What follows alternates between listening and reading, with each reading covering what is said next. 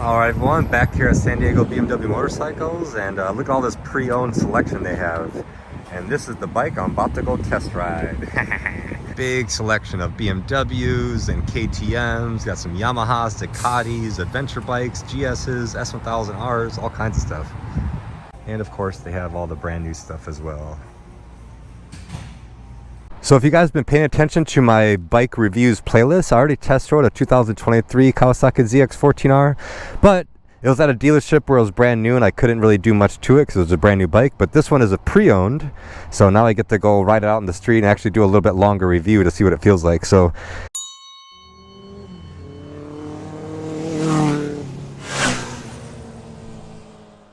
kind of like a review of what I said in the last video. It's kind of like the direct comparison to the Hayabusa, but the brand new Hayabusa, so they updated a lot of stuff. It has the big TFT, quick shifter up and down, cruise control, right? It's pretty good.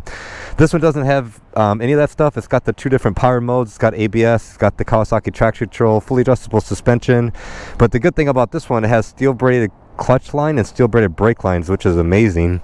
And yeah, I think this is actually a more comfortable bike as well. So here's a little walk around of the bike.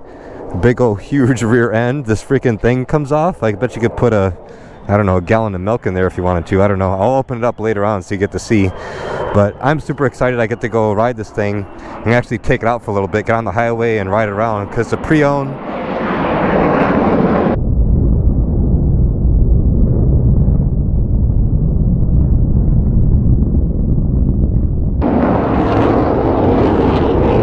I'm right by Miramar base, so there's always jets flying around. It's pretty cool.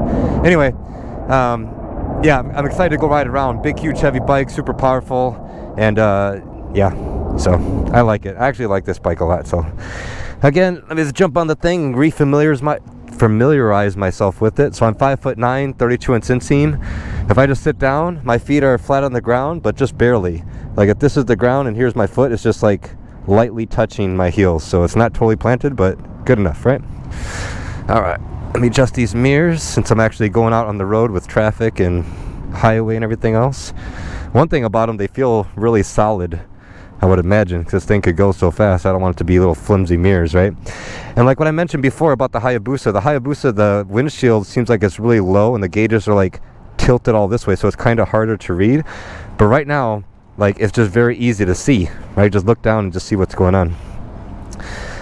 All right, big old gas tank. It's almost a 6-gallon gas tank, which is nice, and what you would expect for a 1400cc motorcycle, right? All right, so here we go.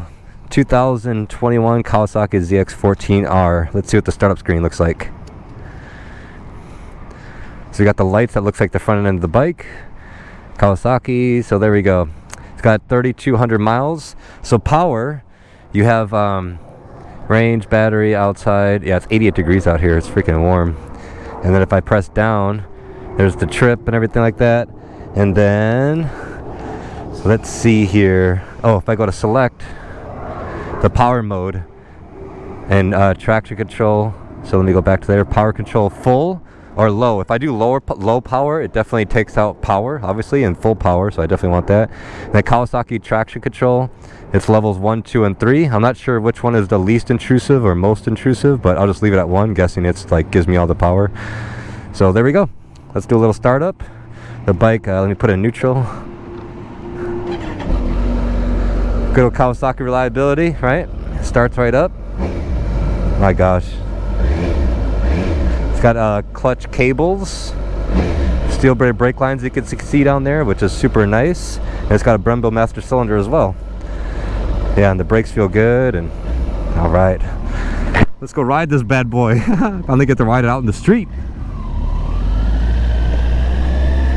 So once again, I'm reminded that it's a sport bike. It's not as aggressive as like an R1 would be or something like that, but you are leaning forward and the foot pegs are high. So this thing has a tremendous amount of ground clearance. Does not have the quick shifter up and down, so you actually have to shift normally, which is fine. I don't mind shifting normally, but with the big old foot pegs and looks like the big rubber pads on top of the foot pegs makes the foot pegs really comfortable. But like right now, if I get myself all the way up against the tank, then I got the big old gas tank to like put my left arm on. Like, it's not bad. Like, especially like right now, like one-handed. Like, I'm pretty much sitting directly upright and the handlebars right here, and I'm perfectly fine. And it's pretty agile. Look at this. What is this, a 600-pound sport bike? So this thing weighs as much as my GS. Oh man. Let me get on these brakes, see what they feel like. Oh, strong as hell. Yeah, hell yeah. I love it. I love strong brakes, because why would you go fast if you can't stop fast? Makes no damn sense. Warm up the tires a little bit. Whoa. Get on those brakes. Let me get on these brakes again. Whoa. Awesome. Awesome. Will I make the green light? Let's see.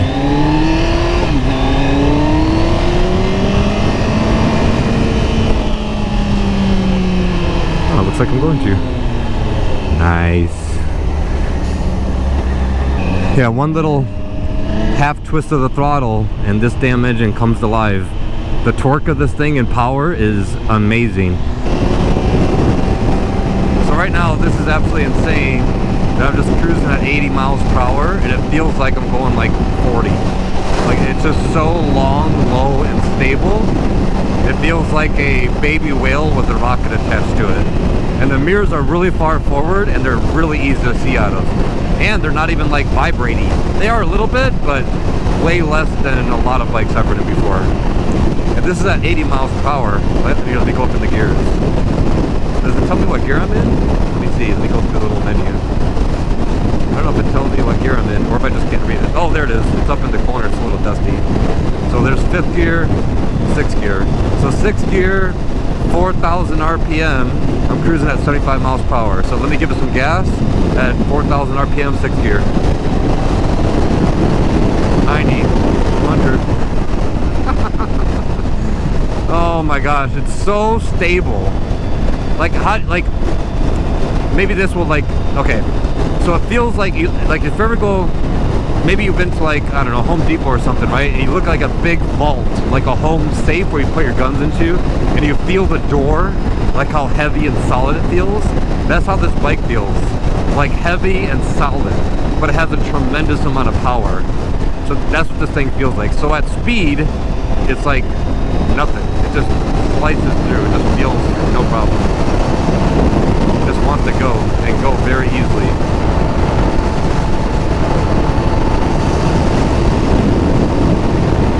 Yeah, I just feel like I'm going 50 miles per hour right now, but look at it, there's the miles per hour. And I feel like I'm going, like I'm sitting straight up in the wind.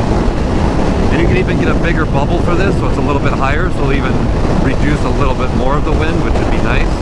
Because right now I'm feeling it pretty much on my neck and head, and like shoulders, like upper shoulders, like the bust of me is getting all the wind.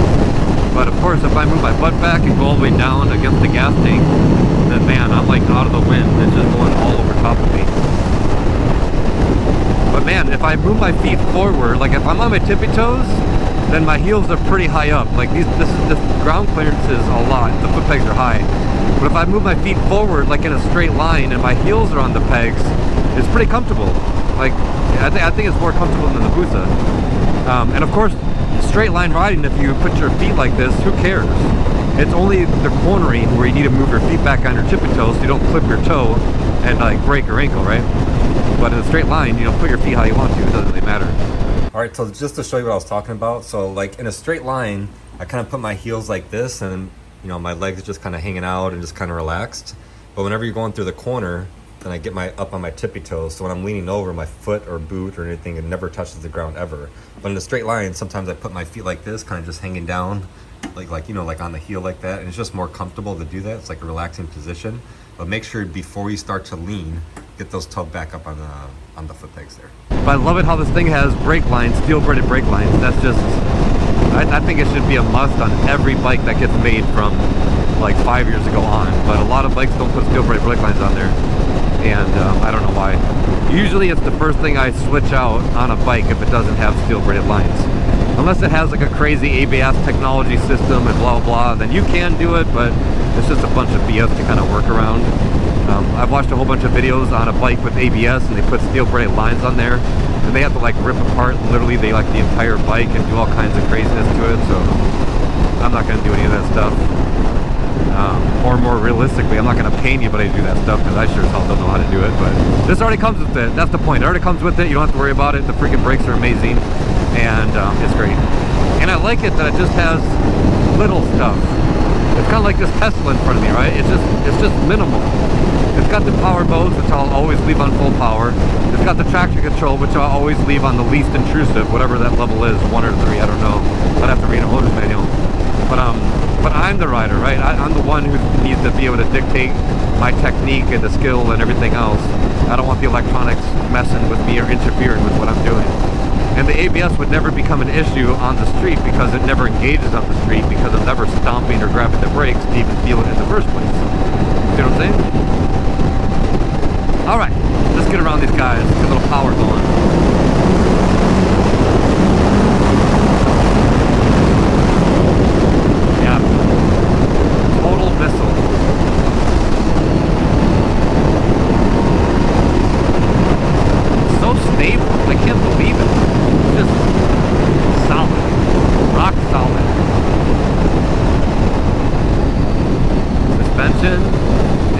I'd have to dial it into my weight and set the damp and everything like that, and blah blah blah blah.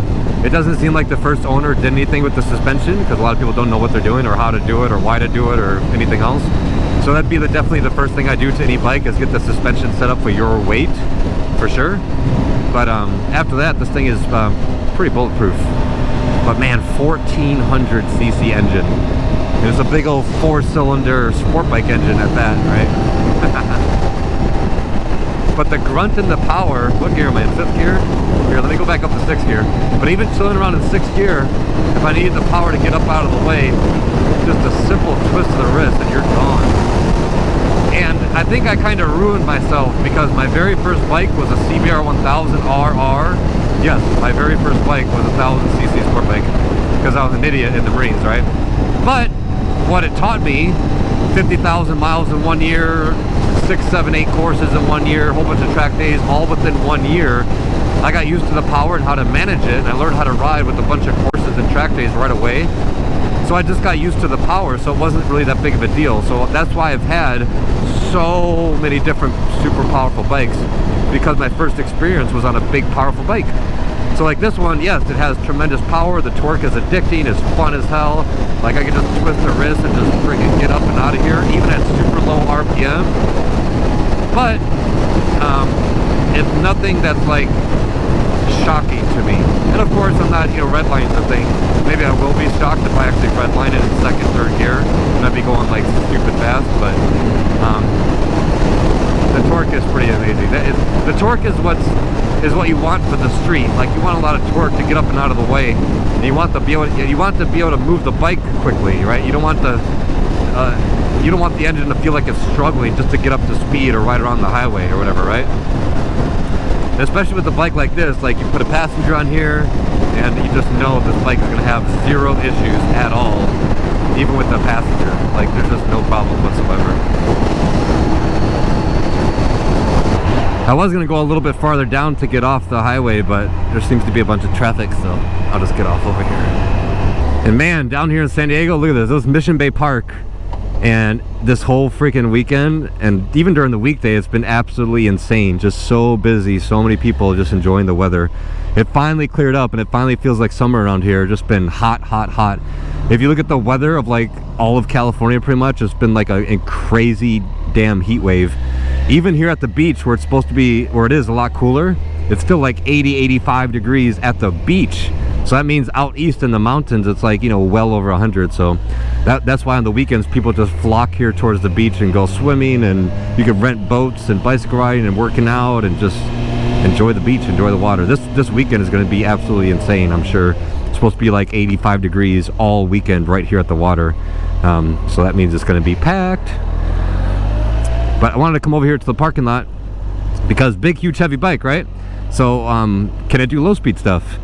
Well, of course, by now, if you've been watching my channel for any amount of time, for me to even say, can it do low speed stuff, you already know that's kind of ridiculous, because it can.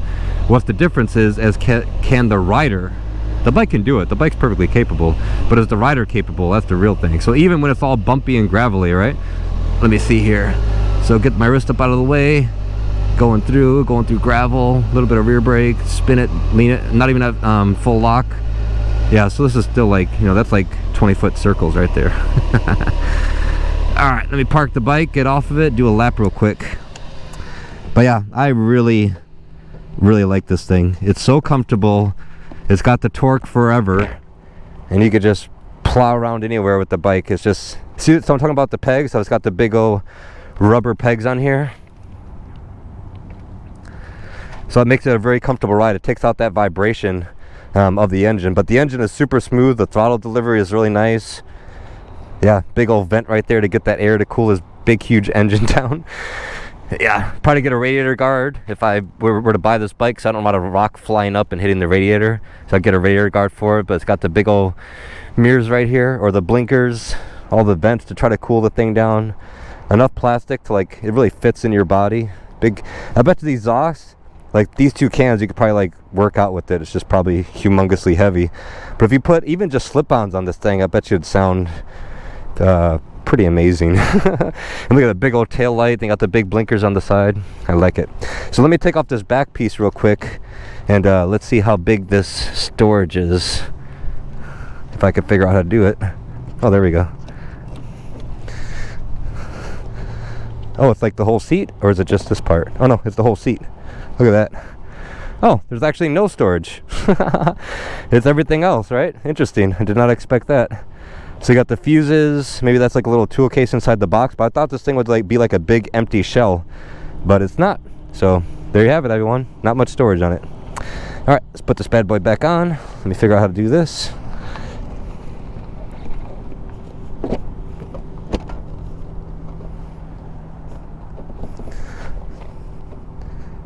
There we go. Well, that was simple enough. It just slides in and clicks.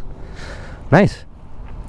And one thing I wanted to look at, where's the rear suspension? It's like way hidden underneath there somewhere. So to change the rear, oh, there's the rear socket. You see inside there, and then there's the compression damping, and then way on the bottom you have rebound damping. So that's nice, fully adjustable suspension. It's just you gotta take a bunch of stuff off to do it, but whatever. You just gotta do your sag once. Unless you gain or lose a lot of weight, then you'd have to keep on playing with it, but otherwise you're good. All right. Oh, that's another thing I want to do. I want to look at the headlights. I could probably clean this off a little bit so I can actually see a little bit more. There you go. It's in neutral. So here's what the normal headlights look like. It's just that, oh no, I thought it was just the two lights that are on. So it's got the two lights and then the two lights up above it as well. So you have four lights. And then if you turn on the brights, which you are allowed to do as a motorcyclist in the daytime, cars can't do that, but we can. Oh, there we go. Then you got the real bright lights on. So 1, 2, 3, 4, 5, 6 sets of lights. That's pretty sweet. That's definitely abnormal if you look in your mirror and see a damn bike coming up with 6 headlights on the front of it. That's pretty cool. But yeah, I like this thing. What do you think? Should I buy it or not? You guys comment below. You want to see some videos and MotoJitsu and knee dragging and flying around in the twisties on this bad boy, or what, 600-pound sport bike? Let me know in the comments. All right, sadly, let's head back to San Diego BMW Motorcycles and get this thing back. Unfortunately. Oh yeah, this thing with the exhaust would just be pretty freaking amazing. It would sound really cool, but I bet I would be annoyed with it in about 15 minutes. So I don't want to be loud. Like, I was talking with my buddy about this. I just did a one-on-one cornering session. I was like, dude, imagine, right, so my GS, imagine I have an exhaust on the GS or whatever bike, right? I don't want to announce to people a mile away, like, here I come, I'm riding quickly out in the twisties. It's like, why don't you just put a big red flag on top of your bike saying, hey guys, look at me. Like, I don't want to draw attention to myself. I don't care.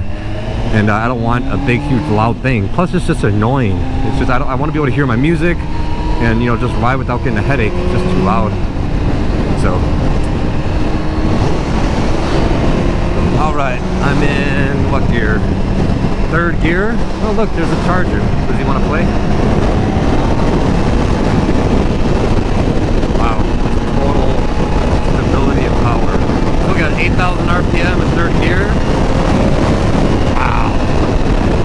Yeah, that's fast. That's pretty damn fast. So if I redline 3rd gear,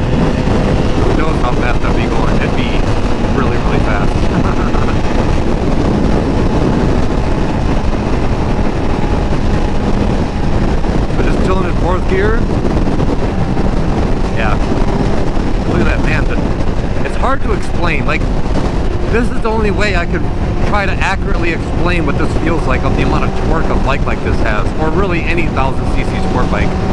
Go ride a Tesla. Go ride one of the dual motor, like, performance Teslas, and slam on the freaking accelerator, and the jolt you feel instantaneously, that's what the torque feels like on a bike like this. It's just so crazy how it just goes immediately, especially like this, even at low RPM, because the torque is wild, right? Look at it, fun. Just up and out of here. It's like, see ya, I'm just gonna get away from you real quick.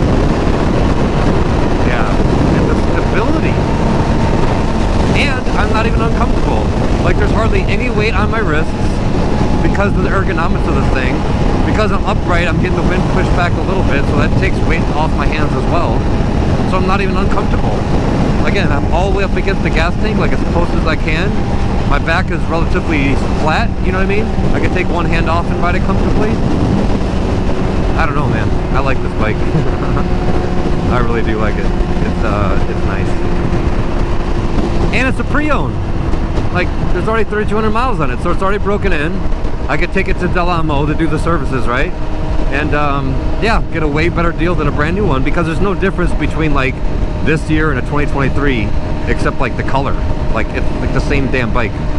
There's no upgrades at all, or there's no updates to the bike. It's the same thing. So why not get this one instead of a brand new one, right? Buying it at a dealership, you know, they put it through the paces to make sure that everything is to spec and everything is good. They put a new set of tires on here from the last owner. And 3,200 miles, freaking brand new bike, right? So it's got the first service, which is what, 800 miles? And then every 3,000 miles after that, on like a sport bike like this, you want to change the oil frequently. So if it's got its oil change at 3,000 miles, which is just 2,000 miles ago, then I'll be good until 6,000 miles. And if it didn't get an oil change, I would tell them to do an oil change before I even buy it. Like, yeah, I'll buy it, but before I pick it up, I want to, you know, can you guys put an oil change on here? Just to get it done, and just to start fresh, you know what I mean? So, oh man, I love the power. I love the torque. And it's really cool actually seeing the analog gauges. Like, it's, I don't know, it's crazy. I don't know if you guys feel the same way, but just even watching the video right now, like look at, just looking down. I'm not looking down, but maybe you guys are. But just seeing my speedometer goes all the way to 190 is just insane to look at. Like, I love analog dashes just to see that. It's like, holy crap. Like, oh my gosh. It's so crazy, I'm choking. So here in San Diego, right on the highways, like in California, everybody rides around at like 80, right? So just to think, everybody rides around at 80 here in California, and that's like way over here. This thing could go like all the way over. I'm only using like a quarter of what the speedometer says.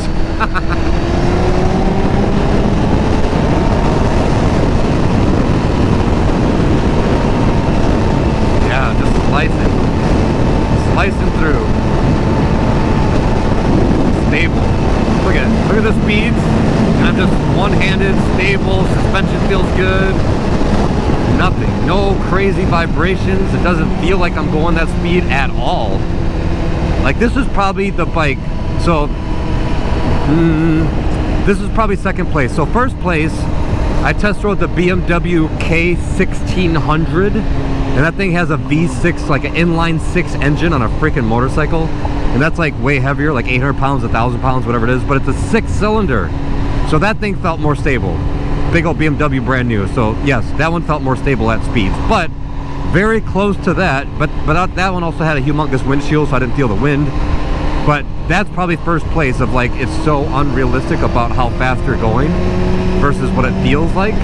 But this is a very close second. Like, here's first place, second place, like, you know, right here. This thing does not feel like you're going that fast at all. So obviously this isn't for anything close to new riders. Can you imagine a brand new rider getting a 1400cc bike?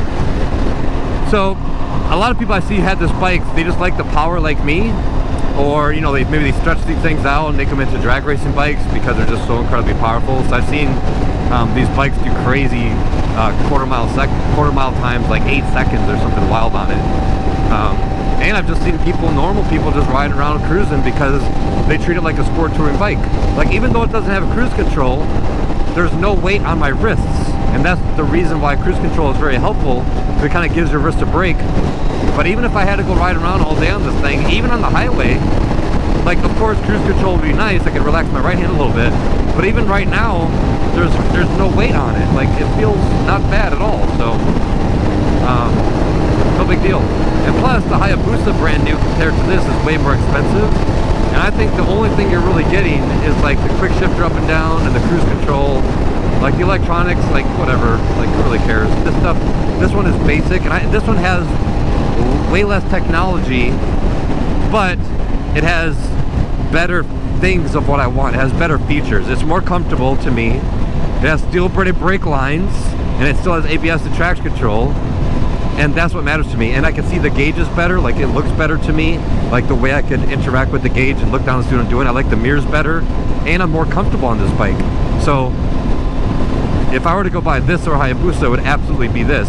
And if I were to go buy a brand new one of these or buy this one specifically, I'd probably buy this one specifically because it's already pre-owned and it's way cheaper. So, and the torque of this thing, you'll never get used to it. Like, the feeling of that torque is just, it's just amazing. It's absolutely amazing. If you've never done it before, go to a freaking place and go test ride a bike. Go rent a motorcycle off Twisted Road or Eagle Rider or Rideshare or whatever website is you can rent a bike. And go rent yourself a big, powerful bike. Specifically this one, or like a Hayabusa. Because I really want you guys to feel what this feels like. It feels amazing. It's addicting as crap. But just keep in mind, I say it over and over again, I only have the confidence to accelerate because I have the confidence of braking. If I had no confidence to brake or knew how to brake or knew how to trail brake or knew how to use the brakes anywhere I wanted to, including in the middle of the turn if I wanted to, if I didn't know how to brake, I would be very scared of accelerating. And a lot of people are afraid of accelerating because they have no know-how of how to brake. Oh, nice. I love that feeling. I love both. Accelerating and slowing down and cornering, everything is super fun. Like the grunt and the torque it feels like when you're pulling away, like you give it the beans, you give it some gas, you're like, hell yeah, it feels awesome. But I also like the feeling of the G-forces when you're braking super hard. And of course the cornering is always super damn fun. Like everything about it is fun. There's nothing that's not fun about a bike like this at all. Even low RPM, look at that, 2,000 RPM. Second gear, look at, I'm in second gear, I'm going less than 3,000 RPM, I'm going less than 30 miles per hour, watch. Like, it's just a rocket. It absolutely like Starship taking off from the launch pad. Yeah. I love it! Oh. I could just do that all day long. I could ride around slow behind cars and just go like this. And just feel the freaking power of this thing, like rah, rah. Oh, I love it. That feeling is spectacular. All right, let me pull in. There's my awesome GS parked there, chilling out, waiting to be ridden again. Like, where'd he go? Where did Greg go? Is he buying a new bike? Am I not going to get as much as attention as not? Like, what's going on? And now I'm back and he's like, what's up, buddy? Where are you going? How'd you like that thing? You like me more, right? You love me more? Do you? Let me go get the key back to these guys. But yeah, absolutely awesome. I love the thing. Love the power. Love the brakes. It's more comfortable than the Hayabusa, so I would definitely buy this. And maybe I just will and just stop talking about it. Maybe I'll just buy it. But freaking awesome. All right, everybody, check out the playlist about all the other bike reviews I've done. Go watch the review about the Hayabusa I did, and the other one I have of this bike specifically, but this is the actual review because I got to take it out and have a little bit more fun, but bike is phenomenal. I freaking love it. Thanks for watching. Talk to you guys later. Oh, and one last thing. If you want to go check out all these pre-owned bikes and all the new bikes and BMW, I think I bought 4 bikes from these guys so far. San Diego BMW motorcycles, come checking out. Go talk to my man Holm and tell him MotoJitsu sent you if you're looking for something. All right, okay, now for sure. Talk to you guys later.